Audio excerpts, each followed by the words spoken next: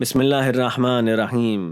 حقیقی عالم کی دوسری نشانی حسد سے دوری۔ حسد اس حالت اور کیفیت کو کہتے ہیں کہ جس میں انسان یہ خواہش رکھتا ہے کہ ایک نعمت اس شخص سے چھن جائے کہ جو اس نعمت کا حقدار ہے۔ ابتدا میں جب وہ کسی دوسرے کے پاس کوئی نعمت موجود پاتا ہے تو حسد کی کیفیت بندے کی روح میں ایک خیال کی مانند پیدا ہوتی ہے۔ اس وقت تک یہ ایک قابل مذمت صفت نہیں ہوتی، لیکن اگر بندہ اس پر زیادہ توجہ دینا اور اس کے بارے میں سوچنا شروع کر دے اور شیطان بھی اسے اس پر اکساتا ہے تو پھر یہ ایک قابل مذمت حالت بن جاتی ہے۔ امام علی علیہ السلام علم اور علماء کے اوصاف کے بارے میں فرماتے ہیں، اور علم کی آنکھ حسد سے دور رہنا ہے۔ اصول کافی۔ حسد کا ذہنی وسوسہ اولاً اس وجہ سے پیدا ہوتا ہے کہ انسان اپنے وجود کے رتبے سے ہی ناواقف ہوتا ہے۔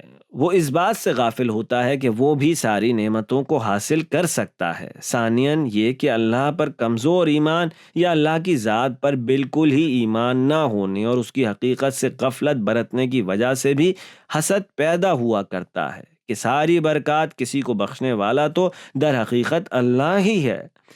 یہ اللہ ہے کہ جو ہر بندے کو یہ اہلیت بخشتا ہے کہ وہ اس سے برکات حاصل کرے۔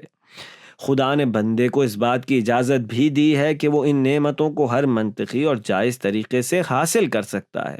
امام باقر علیہ السلام فرماتے ہیں، بے شک حسد ایمان کو اس طرح سے کھا جاتا ہے کہ جس طرح سے آگ لکڑی کو کھا جاتی ہے۔ امام صادق علیہ السلام نے بھی ارشاد فرمایا، ایک دوسرے سے حسد کرنے سے پرہیز کرو کیونکہ حسد کفر کی بنیاد ہے۔ البتہ یہاں پر کفر سے مراد کفر اعتقادی نہیں ہے بلکہ کفر عملی ہے۔ رسول اکرم صلی اللہ علیہ وآلہ وسلم فرماتے ہیں، خداوند نے موسیٰ ابن عمران سے فرمایا، بے شک ایک حاسد شخص میری برکتوں پر غصے میں ہوتا ہے اور ان برکتوں کی راہ میں رکاوٹیں ڈال دیتا ہے کہ جو میں اپنے بندوں میں تقسیم کرتا ہوں۔